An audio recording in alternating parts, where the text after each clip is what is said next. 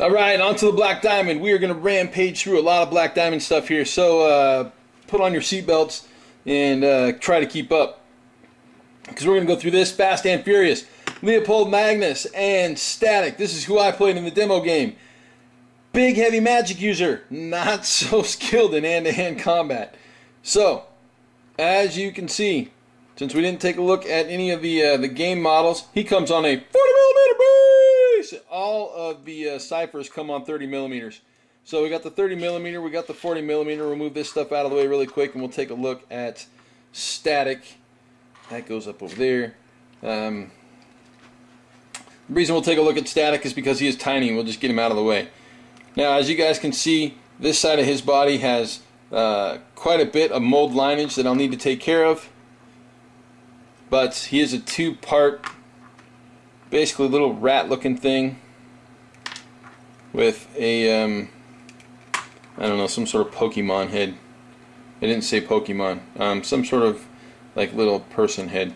But yeah, okay, so that's Static. There's Leopold's body. We'll zoom out really quick so we can get a size comparison. There is Nephilim Soldier, Grey Knight Terminator. So as you can see, he stands about as tall as the Grey Knight Terminator, maybe to the shoulders of the Neph Soldier. We'll take a look at his detail and see what we can't see now, will we? Alright, now this guy's all metal. But again, from what I understand, they're moving to a plastic. Double jointed knee action there. I like that look in a model, so obviously he's not human. He's something else. Some good detail on his back. Look at that. That's beautiful. I dig it. Does carry around to the front of his shoulders. As you can see, we got some good detail underneath. Obviously his head rocks back in there in a cowl. Again, his legs and lower body. This guy does have like the epic Superman cape, right? I mean, this is a turbo cape like nobody's business. I mean, that's just a freaking mighty cape, right? That's awesome. So yeah, ruminations of the Spawn up in there. Now this guy has this little gem thing, and the shape kind of carries through. So that's his head, and that's his spear, right? Now, if you recall, I'm going to go ahead and pull Static off of the sprue really quick. Static's head is about the same size. Not the same size. It is about the same shape, kind of reminiscent of what we got going on here. Now, as you can see from the detail on his head, he's got this little gem right in the middle, and I'm sure it has something to do with his power, but it's just kind of cool looking anyways. So his head's not going to be easy to pick up, however I'll be able to pick up his staff without any issues. We'll back this up a little bit and see if we can't get a focus. There we go. So we take a look at some of the detail on the staff, detail on the arm. As you can see, he's got gems aplenty, cool stuff to paint.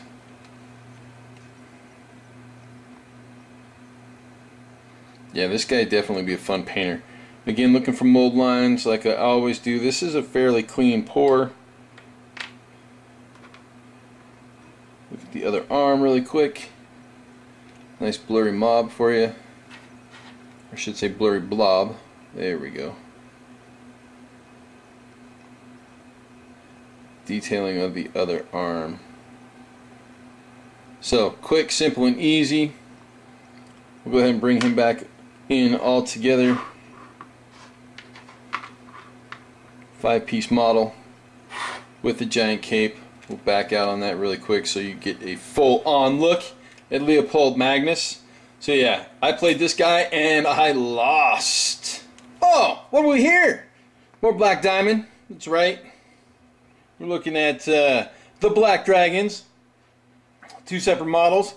Elite Shock Troopers. You know what that means. 40mm base. That's right. 40mm base. So we have one who is unassembled and one who is assembled. One of the things that I want to point out when I assembled this guy here basically where his left forearm joined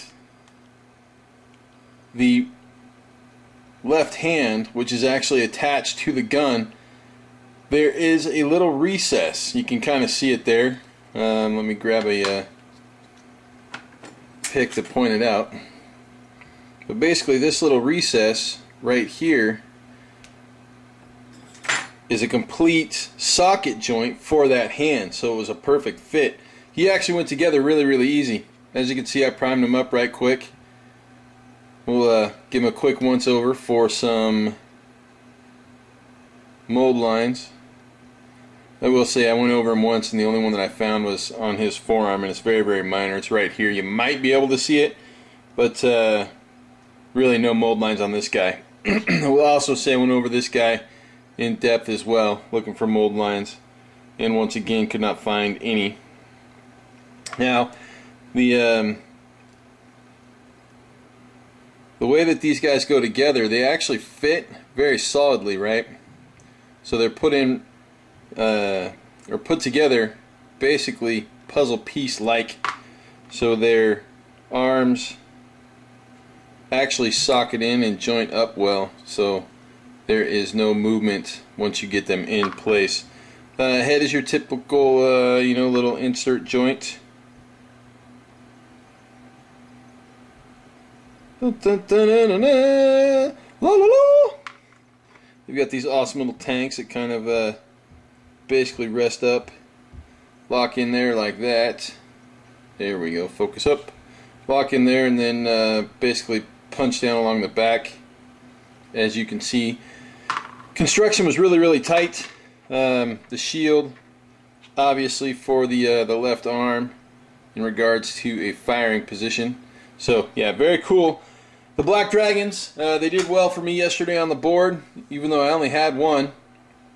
But yeah, elite shock troopers, these guys can take some punishment. And here we have the Black Diamond Core.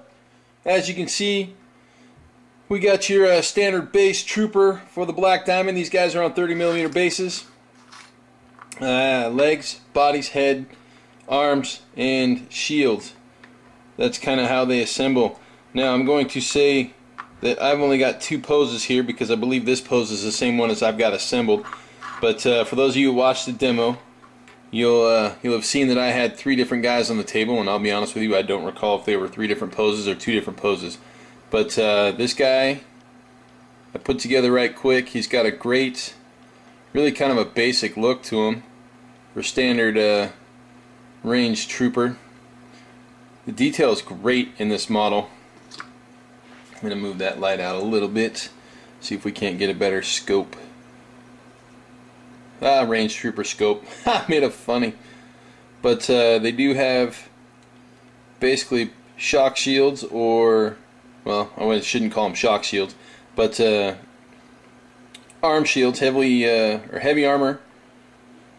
That obviously is to provide them a little base cover without being in cover. But as you can see, I will say that I scoped all 3 of these models for mold lines and did not find anything that I need to clean up. Let's go ahead and drop the base on him.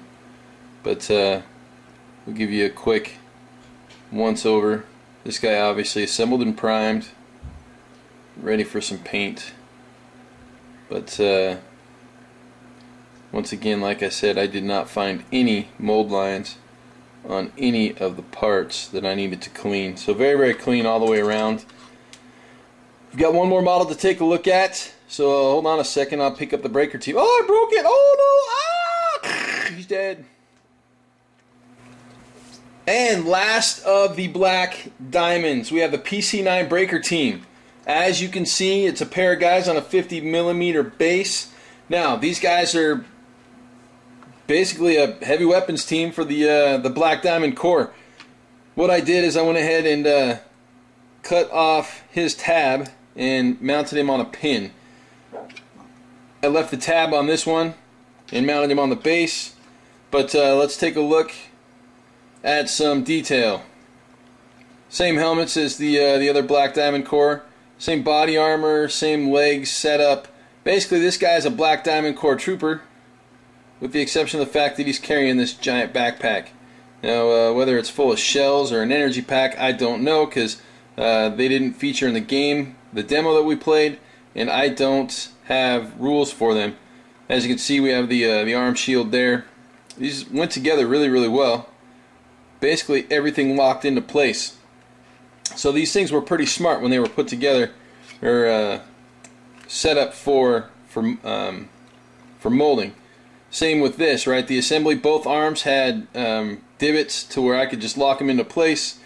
As you can see right here, basically this little piece was a pre-drilled hole, so to speak, or basically a molded hole for that handle that he has there in his left hand.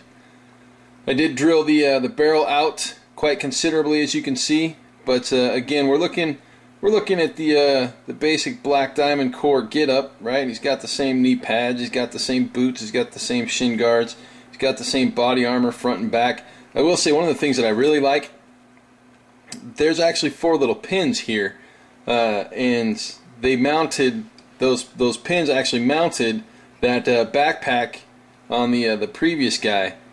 So, and there's the 2 up top are closer together than the 2 on the bottom. So there really wasn't any way that I could screw that up. And I will say that the weapon itself is a little basic for my tastes, but so much detail in these guys, I'm willing to overlook it and still put this bad boy on the table. Like I said, 50mm base.